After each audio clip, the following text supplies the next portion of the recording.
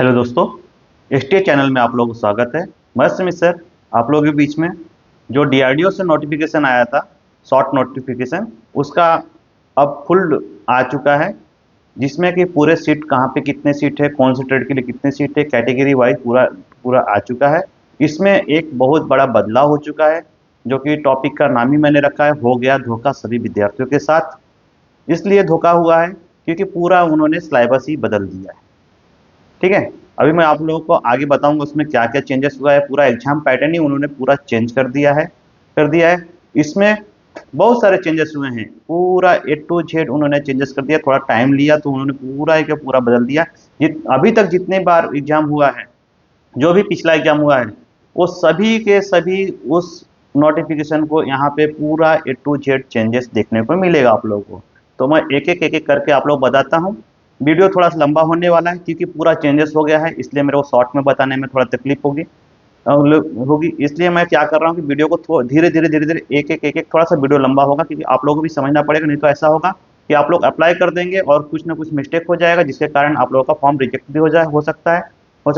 कोई कोई बच्चे क्या करते हैं, डबल फॉर्म भर देते हैं। तो उसके बारे में भी बताऊंगा, डबल फॉर्म का फॉर्म कैसे भर सकते हो, एग्जाम कब होगा, कैसे होगा, वो सारी चीजें आपको यहाँ पे डिटेल्स में एक एक करके बताता हूँ। बढ़ते हैं अपन आज के टॉपिक की ओर। तो यहाँ पे आप लोग देख रहे होंगे सेप्टेम्बर 11 डीआरडीओ, ठीक है, जो कि रिक्वायरमेंट आया था डिफेंस रिसर्च डेवलपमेंट ऑर्गेनाइजेशन की तरफ से 2025 के लिए था। 11 नंबर का ये सेप्टेम्बर 11 S123 करके चल रहा है, ये 11 नंबर का है। पिछली बार जो 2022 में हुआ था वो 10 नंबर का था। ठीक है, आज हमारा फुल्ली नोटिफिकेशन आउट हो चुका है, ए टू जेड उसमें पूरा लिख के है। ठीक है, आप लोगों को नोटिफिकेशन का पीडीएफ जो है टेलीग्राम पे दे दिया जाएगा। ठीक है, अब ये टॉपिक जो है हो गया धोखा, जो आपको बताया जा रहा है, तो इसमें बहुत बड़ा धोखा हुआ भी है। आप लोगों को मैं बताता हूँ क्या हुआ। ठीक है, इसका एग्जाम आप लोग को इसी 2000 आने वाला जो 26 है, इसी साल में हो जाएगा। ठीक है, और इसमें दो एग्जाम होने वाले हैं, वो भी मैं बताता हूँ कैसा क्या एग्जाम रहेगा, किसके लिए है किसके लिए नहीं है। ठीक है, सभी चीज़ें बताता हूँ। और ये दोनों पोस्ट आ चुके हैं, टेक्निकल असिस्टेंट और टेक्निकल ए। ठीक है, चलिए बढ़ते हैं अपन पहले टॉपिक की ओर। आज जो भी बच्चा पहली बार इस चैनल पर जुड़ा है और वो technical ITI fitter Turner machinist welder से इलेक्ट्रीशियन से रिलेटेड है, तो इस बच्चे को उस ये चैनल को सब्सक्राइब कर लेना है उस बच्चे को, और बेल आइकन के बटन दबा लेना है, जिससे आपको जब भी मैं वीडियो डालूंगा तो नोटिफिकेशन आपको एक मिल जाएगा। ठीक है, आगे बढ़ते हैं। देखिए इसमें दे चुका है आपको डेट, एडवर्टाइजमेंट नंबर दे चुका है सेप्टेम्बर 11। ठीक है, डिटेल्स इंपॉर्टेंट जो डेट से आपको बता रहे हैं। टोटल इसमें सीट थी आपको 203 है टेक्निकल आईटीआई वालों के लिए, 561 है डिप्लोमा होल्डर के लिए, जो कि पॉलिटेक्निक कहा जाता है उनके लिए। ठीक है, अब आते हैं 1/1/2026 तक, यानी कि आपका जो भी है एज क्राइटेरिया, एजुकेशन क्वालिफिकेशन, ये सब चीज़ें आपको कंसिडर होगा। ठीक है, ओपनिंग डेट जो ऑनलाइन है 11/12/2025 से चालू हो चुका है। ठीक है, और क्लोजिंग डेट जो है 1/1/2026 दिया गया है, रात के 12 बजे तक दिया गया है। ठीक है, आपको यानी कि सो के 12 बजे से पहले इसको कंप्लीट कर लेना है। ठीक है, न्यू ईयर से पहले। अब आते हैं लास्ट डेट एप्लीकेशन फीस। जो फीस जो है आपका जो इसमें दिया गया है उसका, उसके बारे में भी जिक्र करेंगे। वो आप 3 तारीख तक उसमें पे कर सकते हैं। ठीक है, उसके बाद आपको आपको करेक्शन अगर है तो आपको 4 तारीख तक, 4 से 6 तारीख के बीच में आपको करेक्शन के लिए टाइम दिया गया है। उस बीच में आप फॉर्म में कुछ जो भी चेंजेस करना चाहते हैं वो आप कर सकते हैं, उसके अलावा आपको बाद में चेंजेस करने के लिए मौका नहीं दिया जाएगा। ठीक है, और जो टायर 1 की एग्जाम जो रहेगी वो आपको वो वेबसाइट पे अनाउंसमेंट किया जाएगा जब भी रहेगा। उनके हिसाब से अभी तक कुछ इसका डेट फिक्सिंग नहीं हुआ है, बट लेकिन 2026 में मार्च और अप्रैल के बीच में आप लोग को इसका देखने को मिल जाएगा, क्योंकि ये ज़्यादा टाइम नहीं लेंगे, क्योंकि टायर 1 टायर 2 है। ठीक है, बढ़ते हैं नेक्स्ट। आपको अब बताता हूँ कि ये जो डिप्लोमा होल्डर है टेक्निकल असिस्टेंट बी, इनके लिए है। देखिए ऑटोमोबाइल इंजीनियरिंग बहुत सीट थोड़ा सा कम ज़्यादा हुआ है, कंप्यूटर साइंस वालों के लिए सबसे ज़्यादा है। ठीक है, सिविल अभी एक एक करके देखते हैं। ऑटोमोबाइल इंजीनियरिंग के लिए टोटल 3 सीट है, जिसमें से एससी के लिए 1 है, ईडब्ल्यूएस के लिए 1 है, ओबीसी के लिए 1 है। ठीक है, तो इस तरह से आप लोगों को देखना है। केमिकल इंजीनियरिंग के लिए 15 है। ठीक है, ठीक है, केमिस्ट्री के लिए 22 है, सिविल इंजीनियरिंग के लिए 11 है, कंप्यूटर साइंस के लिए सबसे ज़्यादा 160 सीट निकली है। जो भी डिप्लोमा होल्डर हैं, ठीक है, कंप्यूटर से और इलेक्ट्रॉनिक्स से भी जो होंगे उनके लिए भी यहाँ पे दिया जा सकता है। ठीक है, फिर टेक्नोलॉजी, इसमें एलिजिबल देखते हैं कि इलेक्ट्रॉनिक्स वाले हो सकते हैं कि नहीं, लेकिन कंप्यूटर जिनका डिप्लोमा है उनको 100% यहाँ पे एलिजिबल माना जाएगा। ठीक है, फिर इलेक्ट्रॉनिक्स के लिए आप लोगों को दिया है इलेक्ट्रिकल इंजीनियरिंग। ठीक है, 11 सीट है। ठीक है, इलेक्ट्रॉनिक्स बीसी में आ जाएंगे। और इलेक्ट्रिकल इंजीनियरिंग जिनका डिप्लोमा हो गया है उनके लिए 47 सीट है, उनके लिए भी अच्छा एक है। नेक्स्ट आते हैं, इलेक्ट्रॉनिक्स एंड टेलीकम्युनिकेशन के लिए अलग से दिया गया 111 सीट है टोटल उनके लिए भी बड़ा एक हो सकता है। जोलॉजिकल के लिए एक ही सीट है। हाँ, बाकी उतना कुछ ये नहीं है। ठीक है, अब आते हैं हमारा जो आईटीआई का मोटिव है उसके ऊपर आते हैं। ठीक है, आईटीआई का हमारा जो है ये कुछ नॉन टेक्निकल दिया गया है, देख लीजिएगा। ठीक है, मैथमेटिक्स बीएससी जो होंगे उनके लिए है, लाइब्रेरी साइंस के लिए है 6 सीट 5 सीट, और मैकेनिकल इंजीनियरिंग जिनका हुआ है डिप्लोमा में है 127 सीट। मैकेनिकल वाले भी अच्छा उनके लिए एक ऑप्शन मिला है इस साल के लिए। ठीक है, न्यू ईयर में। और यहाँ पे कुछ नॉन टेक्निकल के लिए भी हैं, तो आप लोग देख लीजिएगा। ठीक है, अब आते हैं हमारा जो मोटिव है आईटीआई वालों के लिए क्या खास है, क्या उनके लिए हुआ है, क्योंकि सीट उनके लिए बहुत कम थी और उसमें बहुत सारे बदलाव हो चुके हैं, तो जिसके कारण काफ़ी बच्चों को इस बार टेंशन बढ़ा दिया गया है डीआरडीओ की तरफ से। ठीक है, आते हैं नेक्स्ट अपना, अब आगे हम आते हैं टेक्निकल ए पे। ठीक है, जो कि आईटीआई से रिलेटेड है। अब आते हैं कि आईटीआई वाले कौन से बच्चे इसमें क्वालिफाइड है, कौन से बच्चे नहीं है। जिनका अभी एग्जाम होना बाकी है, जो 2026 में एग्जाम देने वाले हैं, वो नॉट एलिजिबल हैं। इसलिए क्योंकि यहाँ पे 10th प्लस आईटीआई दोनों कंप्लीट होना चाहिए। कितने, एक एक तारीख तक, यानी आपको जो डेट दिया गया है 2026 से पहले जो भी है लास्ट डेट से उनका एजुकेशन क्वालिफिकेशन अगर कंप्लीट है तो उनको एलिजिबल माना जाएगा। ठीक है, बुक ब्लेंडर जो है इसकी टोटल सीट है 3 सीट है। कारपेंटर की 4 सीट है। ठीक है, उसमें से एसटी के लिए 1 है, ईवर के लिए 2 है और ईडब्ल्यूएस के लिए 1 है। ठीक है, सीएनसी ऑपरेटर के लिए टोटल 3 सीट है। ठीक है, इसमें देखो मैं बता रहा हूँ कि आप लोगों को 10th होनी चाहिए, एक्स 10th होनी चाहिए, और प्लस आपका आईटीआई सीएनसी ऑपरेटर में भी होनी चाहिए, आईटीआई का सर्टिफिकेट आपको होनी चाहिए। ठीक है, नेक्स्ट आते हैं हमारा कोपा कंप्यूटर ऑपरेटर जो होता है 1 साल का ये कोर्स होता है। इसमें सबसे ज़्यादा सीट निकाला गया है, 52 सीट है। और ईवर के लिए 24 है, ईडब्ल्यूएस के लिए 5 है, ओबीसी के लिए 15 है, एसटी के लिए 1 है और एससी के लिए 7 है। सबसे ज़्यादा सीट कोपा वाले को दिया गया है, उनके लिए एक बहुत अच्छा गोल्डन चांस हो सकता है। ठीक है, ड्रॉप्समैन मैकेनिकल के लिए टोटल 6 सीट दिया गया है। इलेक्ट्रीशियन के लिए भी 30 सीट है, थोड़ा कम है पिछले के अकॉर्डिंग, इस बार बहुत कम हो गया है। ठीक है, फिर भी जो भी है 30 कैंडिडेट भी कम हमारे लिए नहीं है, 30 सीट भी हमें, ठीक है, उसके अकॉर्डिंग से हमें फॉर्म भरना है, उसके हिसाब से आपको तैयारी करनी है। ठीक है, ओके, जिनका वायरमैन और इलेक्ट्रीशियन में हुआ है और इलेक्ट्रिकल फिटर है, वो तीनों ट्रेड वाले इसमें इलेक्ट्रीशियन में एलिजिबल रहेंगे। ठीक है, आईटीआई प्लस ये तीनों ट्रेड इलेक्ट्रीशियन भर सकते हैं। इलेक्ट्रॉनिक्स वाले जो भी हैं बच्चे वो भी अपना इसमें इलेक्ट्रॉनिक्स मैकेनिकल रेडियो ऑपरेटर जो भी है टीवी और उससे है उनका, तो भी इसमें अब एलिजिबल हो सकते हैं। 2-3 ट्रेड्स के लिए एलिजिबल, आप जब फॉर्म भरेंगे तो वहाँ पे भी आप एक बार चेक कर सकते हैं, ऑप्शन आएगा। ठीक है, उनके लिए भी गोल्डन चांस है, 31 सीट है टोटल। ठीक है, अब आते हैं फीटर के लिए सबसे थोड़ा सा लो में दिखा गया, मुझे 25 ही सीट दिया गया है, जो कि फीटर के लिए लमसम 100 सीट तक की उम्मीद थी इस साल आएगा करके, बट लेकिन यहाँ पे बहुत कम हो चुका है। यूआर में 11 है, ईडब्ल्यूएस में 2, ओबीसी में 7, एसटी के लिए 1 और एससी के लिए 4। इस तरह से यानी कि टोटल 25 सीट दिया गया है। ठीक है, मशीनिस्ट के लिए बहुत कम हो गया है, 12 सीट, ये भी थोड़ा सा बहुत लो हो गया है। फिर भी कोई बात नहीं, फॉर्म अप्लाई करना है आपको इसमें पार्टिसिपेट करना है। ऐसा नहीं है कि 12 सीट है तो इस बार हमारा नहीं होगा। आप लोगों को, क्योंकि एग्जाम पैटर्न चेंज कर दिया गया है, मैं आपको वही बता रहा हूँ कि धोखा जो हुआ है इसमें बहुत सारे बदलाव हो गए हैं, किसका नंबर लगेगा किसका नहीं लगेगा, बहुत सारे चेंजेस किए हैं, तो इसमें लक बाय चांस भी खेल है। इसमें वैसा भी दिया गया है, लक बाय चांस, किसी का लक होगा तो लग भी जाएगा, क्योंकि उसमें कुछ दिया गया है, मैं आगे बताता हूँ कैसे किया गया है इसको चेंजेस को। ठीक है, मैकेनिकल मोटर व्हीकल के लिए 7 सीट है, 30 सीट है, ऑप्टिकल वर्क के लिए 2 है, फोटोग्राफी के लिए 5 सीट है, स्ट्रीट मेटल वर्क के लिए 3 सीट है। ठीक है, ये आईटीआई को बहुत कम कम सीट दिए गए हैं बाकी ट्रेड के लिए। अब आते हैं सर्वर के लिए 1 ही सीट दिया गया है, टर्नर के लिए 8 सीट है टोटल, बहुत कम है। और वेल्डर जो हमारा जो कि मोटिव मेन मोटिव है वो 11 सीट है। आप लोग को थोड़ा सा यहाँ पे ध्यान रखना पड़ेगा, क्योंकि कैसा है कि ये जो हमारा सीट है बहुत कम हो गया है।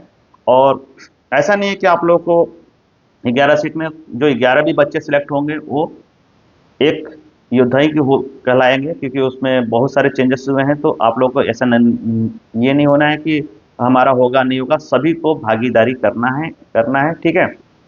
और डरना नहीं है कि 11 सीट में होगा कि नहीं होगा, जो होगा देखा जाएगा। बट लेकिन आपको बेस्ट देना है, ठीक है, सबसे बेस्ट देना है। टेक्निकल के लिए डरना नहीं, टेक्निकल का इसका जो सिलेबस है मुझे पता चल गया है और उसी के अकॉर्डिंग मेरी पूरी तैयारी हो चुकी है।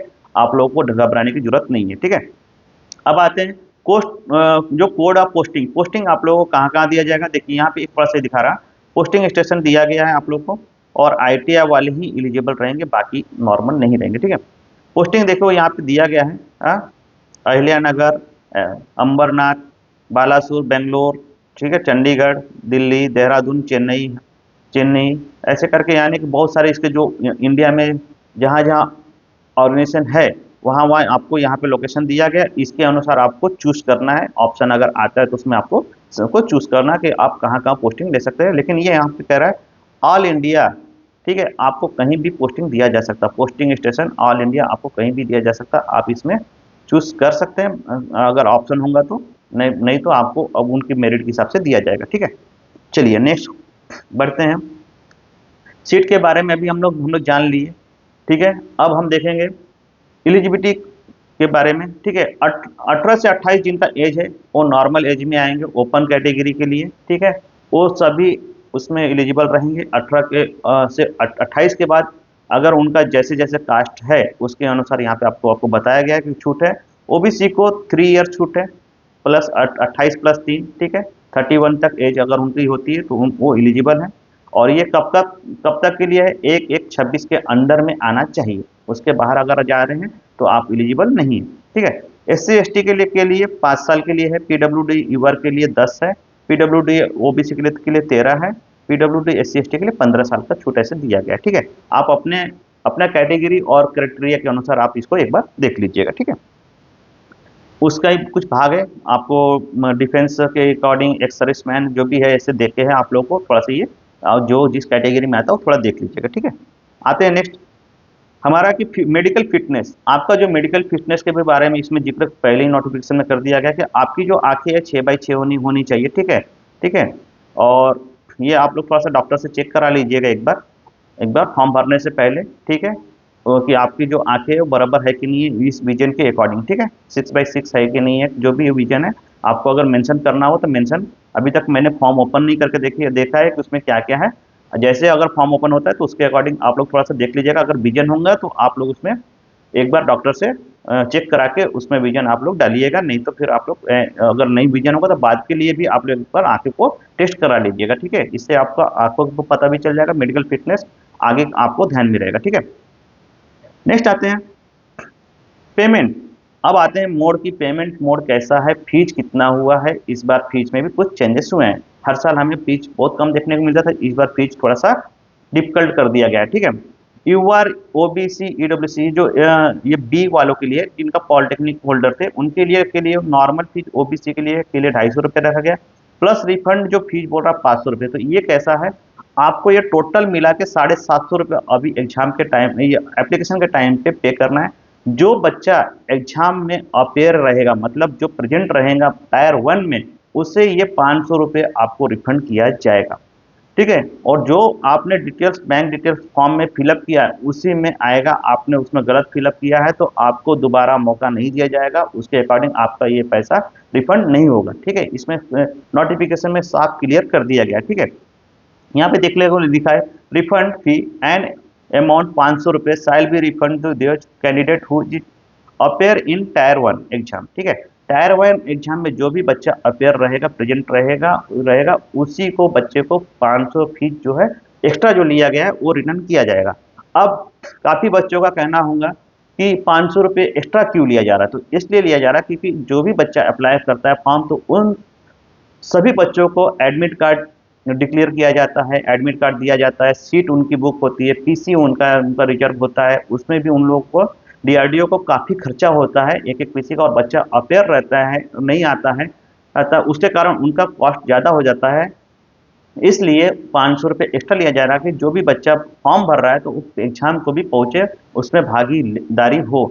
उससे क्या होगा, उनका जो कॉस्ट उनका लगा है वो पूरा पूरा उनको ये रहे बेनिफिट मिलेगा।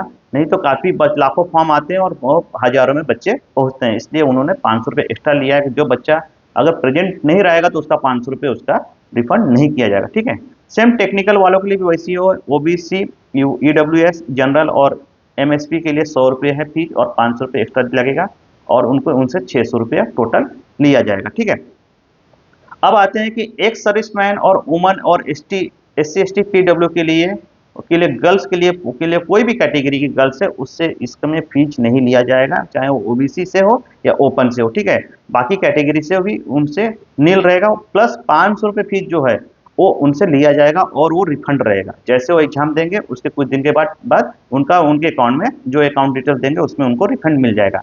सेम टेक्निकल वाले में भी वैसी है। ठीक है, गर्ल्स के लिए छूट है, SC ST के लिए छूट है और 500 रुपये उनको भी भरना है। ठीक है, चलिए यहाँ तक समझ में आ गया होगा आप लोगों को, ये एक चेंजेस हुआ है। ठीक है, कॉस्ट थोड़ा बढ़ गया है, फिर भी कोई बात नहीं, आप लोग फॉर्म अप्लाई करिएगा क्योंकि इसमें रिफंड है। ठीक है, आते हैं नेक्स्ट, ये रिफंड के बारे में टायर एग्जाम के आपको हाईलाइट कर दिया गया है।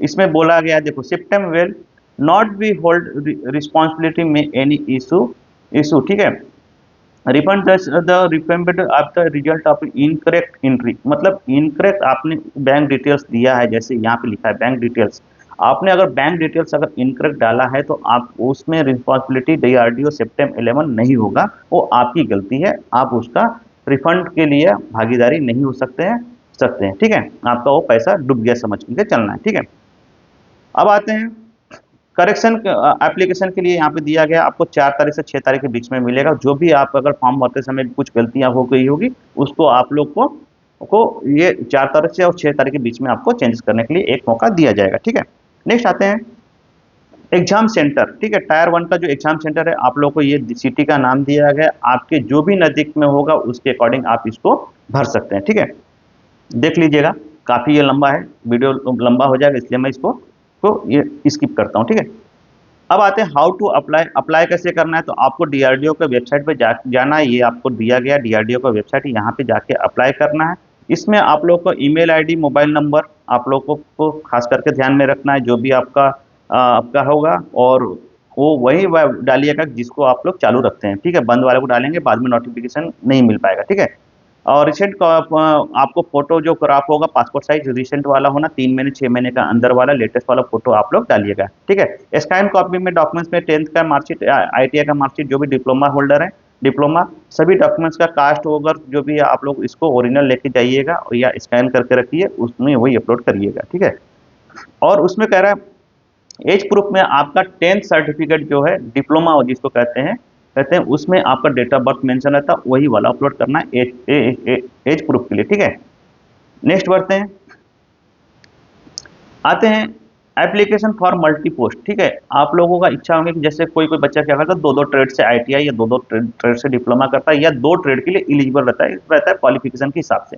तो आपको ये इन्होंने डिक्लेयर किया है कि आपको दोनों ट्रेड के लिए अप्लाई कर सकते हैं, बट उसका जो फीस है आपको पूरा पे करना पड़ेगा, पहले वाले के लिए भी दूसरे वाले के लिए भी, अलग अलग पोस्ट के अलग अलग फॉर्म आपको अप्लाई करना पड़ेगा, पूरा कंप्लीट करना पड़ेगा उसको, तो ही आप एलिजिबल होंगे और दोनों का पेमेंट आपको करना है। ठीक है, उसके अलावा अगर सेम पोस्ट का अगर आपका ये है तो नहीं होगा, अलग अलग पोस्ट के लिए है तो आप एलिजिबल हैं। ठीक है, सेम पोस्ट के लिए 2 बार अप्लाई करेंगे तो रिजेक्ट हो जाएंगे। ठीक है, उसके अलावा आपका 2 पोस्ट के लिए जो अप्लाई किए हो तो सेम डे सेम टाइम में आपका एग्जाम अगर रहता है तो आपका उसके लिए डीआरडीओ ये नहीं है, आपको चूज करना है किसको एग्जाम देना है।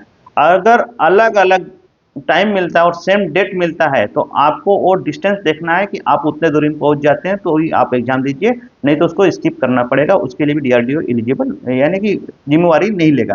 ठीक है, अगर आपको अलग अलग डेट और टाइम मिलता है तो आपका कोई प्रॉब्लम नहीं है, आपका रिफंड भी दिया जाएगा। ठीक है, इसमें पूरा क्लियर मेंशन किया गया। ठीक है, एक बार नोटिफिकेशन को आपको देख लीजिएगा। ठीक है, हाईलाइट मैंने कर दिया है वैसे। ठीक है, अब आते हैं डेट ऑफ डाउनलोड जो है एडमिट कार्ड, ये वेबसाइट पे है, 10 डेट जो पहले आपको मिल जाएगा, ठीक है, ठीक है, मैसेज आपको नोटिफिकेशन आ जाएगा। उसके अलावा आपका जो एडमिट कार्ड है वो आपको 2 से 3 दिन पहले आपको डाउनलोड करने के लिए ऑप्शन में दिया जाएगा, ठीक है। पहले आपको सीटीओ पर बता दिया जाएगा यहाँ पे आपका एग्जाम है, ठीक है।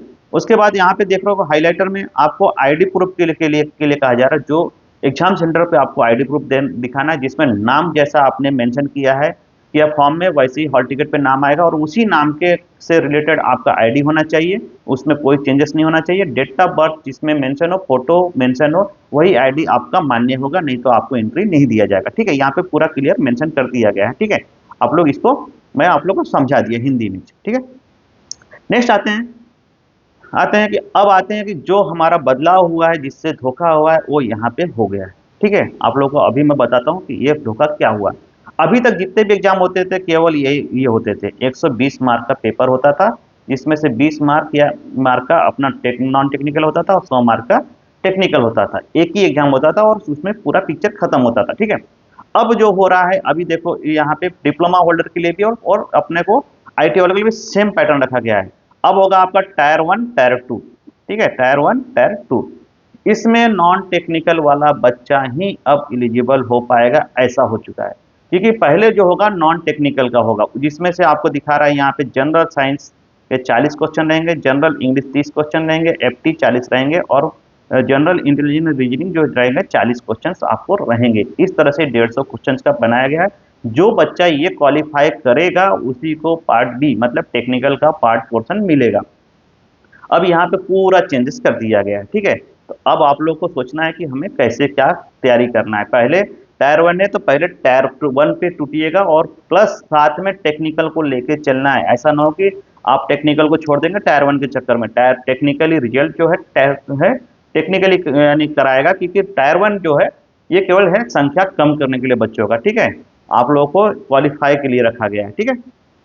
अब आते हैं नेक्स्ट आते हैं जो एग्जाम हमारा आईटी वाले बच्चों के लिए। देख लो भैया, मेरिट लिस्ट जो है टायर 1 के बाद टायर 2 के लिए जो भी क्वालिफाई होगा उसके हिसाब से लगेगा। और इसमें भी टायर जो आईटी वाले बच्चे भैया, ये नॉन टेक्निकल आपको भी 150 क्वेश्चन की तैयारी करना है।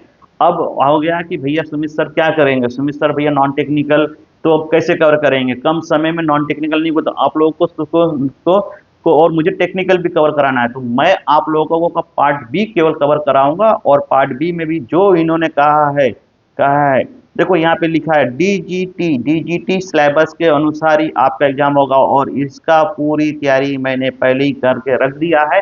इससे क्वेश्चन बाहर जाएगा ही जाएंगे, बिल्कुल एकदम 100% आपका यही से छपेगा क्वेश्चन, ऐसा मैंने पूरी तैयारी कर दिया। डीआरडीओ का अभी तक का जितने एग्जाम हुआ है वह वो जहां से क्वेश्चन बनाता है उसकी पूरी की पूरी तोड़ मेरे पास है, मैं उसमें से पूरी तैयारी करा दूंगा आप लोगों को। टेक्निकल बी की आपको बिल्कुल टेंशन नहीं लेना, टेंशन लेना है टेक्निकल। अब इन नॉन टेक्निकल का आपको टेंशन लेना है, जो कि मैथ रीजनिंग जीके पे आप लोग फोकस करना है। हो सके तो मैं जो भी जीके का कोर्स लेसन लेता हूँ वो आप लोग थोड़ा सा देखिए, क्योंकि सिलेबस वहीं से पूछेगा, बहुत से बाहर नहीं रहेगा। इसके अलावा मैं साइंस का भी देखता हूँ, थोड़ा थोड़ा करके मैं कवर कराने की कोशिश करता हूँ, जिससे आप लोगों का अच्छा स्कोर हो सके, ठीक है। अब आते हैं जो हमारा टेक्निकल, ये भी हो गया। आप लोग यहाँ पे देख रहे होंगे कि यहाँ पे हिंदी में भी एक बार मैंने लगा दिया। जिस बच्चे को थोड़ा इंग्लिश में कमजोर होगा तो वो यहाँ पे देख सकता है। हो सकता है आपको विज्ञान का क्वेश्चन 40 है, अंग्रेजी के 30 है, और अपना गणित के 40 है, और रीजनिंग के आपको 40 क्वेश्चन पूछे जाएंगे। ये टायर 1 क्वालिफाई आपको करना जरूरी है, उसके बाद ही टायर 2 आपको मिलेगा, टेक्निकल पोर्सन मिलेगा, ठीक है। टेक्निकल डीजीटी का पूरा तैयार हो चुका है, और आप लोगों को ये जो पिक्चर दिख रहा है ये है आईटीआई सीबीटी परीक्षा जो होता है वो डीजीटी लेता है, और उसी के अकॉर्डिंग क्वेश्चंस बनेंगे। तो ये जो है दोनों के लिए जो आईटीआई में जो अभी 25 में एग्जाम देने वाले हैं उनके लिए भी इंपॉर्टेंट रहेगा, और ये खास करके डीआरडीओ के लिए मैं सीरीज लेके आऊंगा। टोटल 30 से प्लस रहेंगे। अभी 20 हमारे जो कंप्लीट हो चुके हैं, तो और 880 क्वेश्चन में से आपका क्वेश्चन बनेगा। 100% आपको ये वीडियो थोड़ा लंबा होगा, फुल्ली समझाऊंगा, क्योंकि मैं पहले बता चुका था कि अब जो सीरीज चलेगी उसमें क्वेश्चन और आंसर नहीं, केवल उसका जो भी ऑप्शन रहेंगे उसके अकॉर्डिंग में मैं एक बताऊंगा। थोड़ा वीडियो लंबा होगा, आपको अगर सिलेक्शन लेना है तो देखना ही पड़ेगा, नहीं तो आपको स्किप करना है तो स्किप करिए, आपका लाइफ स्किप आपको कर देगा, ठीक है, लाइफ टाइम के लिए। इसलिए वीडियो को पूरा देखिए, ठीक है। नेक्स्ट आते हैं हम, ये सीरीज आपको हाल ही में कुछ दिन में आपको ये चालू हो जाएगा, ठीक है। और प्लस आप लोगों को एक गुड न्यूज भी है कि ऐप अपना आ चुका है प्ले स्टोर पे, आप लोग डाउनलोड कर लीजिएगा। अभी कुछ उसमें काम बाकी है, इसलिए अभी वहाँ पे आपको कुछ दिखेगा नहीं। हाँ, जैसे उसमें आपका पूरा कोर्स अगर डाउनलोड मैं कर दूंगा, वैसे आप लोग को एक नोटिफिकेशन और एक वीडियो के माध्यम से आपको बता दूंगा कि कोर्स अवेलेबल हो चुका है। आप वहाँ से आप लोग तुरंत ये कर ले लीजिएगा। यूट्यूब पे भी चलेगा, वहाँ पे भी चलेगा, दोनों जगह आपका चलेगा। और फिलहाल अभी आप लोग को वो ऐप डाउनलोड कर लेना है प्ले स्टोर से, ठीक है। ठीक है, अब ऐप का नाम आपको बता देता हूँ। मेरा मेरा जो इंस्टीट्यूट का नाम है वही सुमित टेक्निकल एकेडमी, और आपको ये सिंबल दिख जाएगा, ठीक है। इसको आपको डाउनलोड कर लेना है। नेक्स्ट आते हैं, आप लोगों को बता दिया कि टायर 1 टायर 2 में जो भी आपको बताया गया है उसके अकॉर्डिंग मैंने आपको बता दिया है, ठीक है। इसमें अब आते हैं, थोड़ा सा चेंजेस क्या किया है। अब आपको पहले था इसमें निगेटिव मार्किंग नहीं था डीआरडीओ में, अब उन्होंने निगेटिव मार्किंग भी ला दिया है। सभी प्रश्न देख सीबीटी परीक्षा जो टायर 1 टायर 2 होगा उसमें सभी सभी प्रश्न के लिए 1 मार्क दिया जाएगा, और गलत उत्तर के लिए आपको आपको 0.25 कट किया जाएगा। यहाँ पे देखो लिखा है नकारात्मक अंक होगा। आपका माइनस मार्किंग इसमें भी आ चुका है, थोड़ा पेपर टफ हो गया है, और आपका कंपटीशन भी टफ लेवल का हो गया। आप लोगों को ध्यान में रखते हुए फिर क्वेश्चन को छुड़ाना है। अगर सही छुड़ाना है, कम से कम आपको तो गलत नहीं करना है। जितना ऐसा नहीं सोचना है कि हमें 100 में 150 है तो 150 मारना है, 120 130 को पहुंचाना है, मेरिट नहीं बनेगा। आप जितना ही छुड़ाए सही छुड़ाइए, प्लस 100 प्लस करने की कोशिश करिए, आपका रिजल्ट 100% होगा, ठीक है। और सेम वैसी ही है। उसके अलावा आपको बता दूं टायर 1 टायर 2 में जो यूआर और ओबीसी ईडब्ल्यूएस वाले होंगे उनको 40% कम से कम लेना है। जैसे कि ये 150 क्वेश्चन का है तो इनको 60 मार्क लेना ही लेना है, तभी वो एलिजिबल है, नहीं तो उससे कम रहे तो ऐसे ही बाहर हो गए। उसके प्लस होना, ठीक है। प्लस वैसे ही आपको जो जो कैटेगरी वाइज है, एस टी है, उनको उनको 35% उनको लेना ही लेना है, नहीं तो वो एलिजिबल नहीं है, ठीक है। आगे के लिए मेरिट उसके अनुसार मेरिट भी बनेगा, ठीक है। टायर 1 के लिए 1 पॉइंट जैसे उनका रेशियो होगा 15-18 ऐसा कुछ, यानी कि स्टूडेंट का वो लोग लेंगे। उसके अलावा फिर टायर 2 के लिए फिर उसमें छटनी ट्रेड टेस्ट के लिए, डॉक्यूमेंट्स के लिए, मेडिकल के लिए करते जाएंगे, ठीक है। तो आप लोग घबराना नहीं है कि रिजल्ट पहला हमें टायर 1 पे फोकस करना है, हमें हमें टायर 2 के लिए एलिजिबल हो जाना है, ठीक है। अब आते हैं तकनीकी एवं पद हेतु चयन प्रक्रिया। तो आपको मैं बता दिया कि 40% और 30% अंक लेना है। और उसके बाद आप लोगों को प्रोविजनली ये जो जो टायर 1 टायर 2 में जो क्वालिफाई होंगे, जैसे यहाँ पे देखा गया है, टायर 1 परीक्षा योग्यता के आधार पर टायर 1 में आपको 1/15 का रेशियो के हिसाब से शॉर्टलिस्ट किया जाएगा। टायर 2 के बाद आपको आपको 1/8 का रेशियो में आपको सिलेक्ट किया जाएगा टायर 2 में। इस तरह से आपको डॉक्यूमेंट वेरिफिकेशन मेडिकल में आपको सॉर्ट करता जाएगा, ठीक है। अब आते हैं नेक्स्ट, सिलेक्शन प्रोसेस कैसा होगा। तो आपको बता दिया गया एग्जाम के अकॉर्डिंग टायर 1 टायर 2 होगा, ठीक है। उसके बाद डॉक्यूमेंट्स वेरिफिकेशन, उसके बाद आपका स्किल टेस्ट, ऐसे करके फिर होगा, ठीक है। ये वही चीज़ है, आपको एक बार इंग्लिश और एक बार हिंदी में बता दिया गया समझाने के लिए, ठीक है। चलिए नेक्स्ट देखते हैं। अब आते हैं हम, हाँ, जिनका अब ये कह रहा है कि जिनका अप्रेंटिसशिप हुआ है, जैसे क्वालिफाई हो गए, तो उनको यानी कि किस आधार पे दिया जाएगा।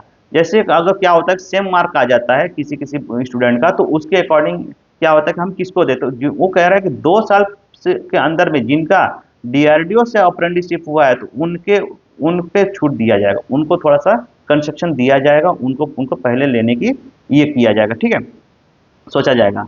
और भर्ती के लिए अंतिम प्रोविजनल चयन मापदंड ऑनलाइन आवेदन जमा करने के दौरान अभ्यर्थी के द्वारा अपलोड किए गए दस्तावेज के आधार पर टायर 2 परिणाम घोषणा में पहले पात्र का आंकलन किया करने के लिए प्रारंभिक दस्तावेज की जांच की जाएगी। जो टायर 2 जब पहला वो रिजल्ट लगेगा तो टायर 2 उसी के बेस पे मिलेगा, जो उनका सही में रियल में एलिजिबल हैं, उनका डॉक्यूमेंट्स एक बार चेक किया जाएगा, उसके बाद ही उनको बुलाया जाएगा, ठीक है। ऐसा उन्होंने पूरा चेंजेस करके रखा है। आप लोगों को इसका नोटिफिकेशन मिल जाएगा, आप लोग एक बार पूरा अच्छी तरह से पढ़ लीजिएगा, ठीक है। वीडियो लंबा ना हो इसलिए अपने को शॉर्ट में मैं बता रहा हूँ आप लोगों को, ठीक है। अब आते हैं ओरिजिनल सिलेक्शन जो है कैसा होगा, तो ये आप लोग बता ही चुका गया। इसमें एक चेंजेस और हो गया, ये है ये नॉर्मल लिस्ट लगेगा, ठीक है।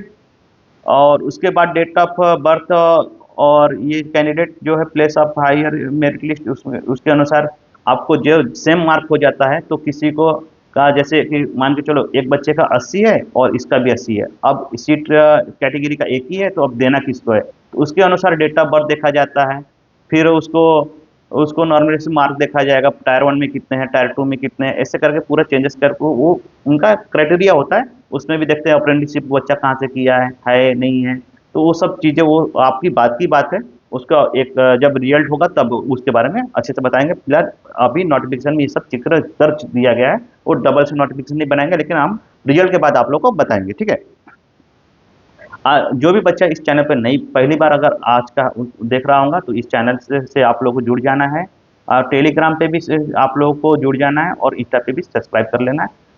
और मेरे से अगर कुछ आपको बात करनी हो तो इस मैसेज पे आप इस नंबर पे आप लोग मैसेज कर सकते हैं। मैं आपको लोगों को जल्द से जल्द यानी कॉल करके या मैसेज के माध्यम से आप लोगों को जो भी क्यूरीज रहेगा उसको सॉल्व कर देंगे, ठीक है।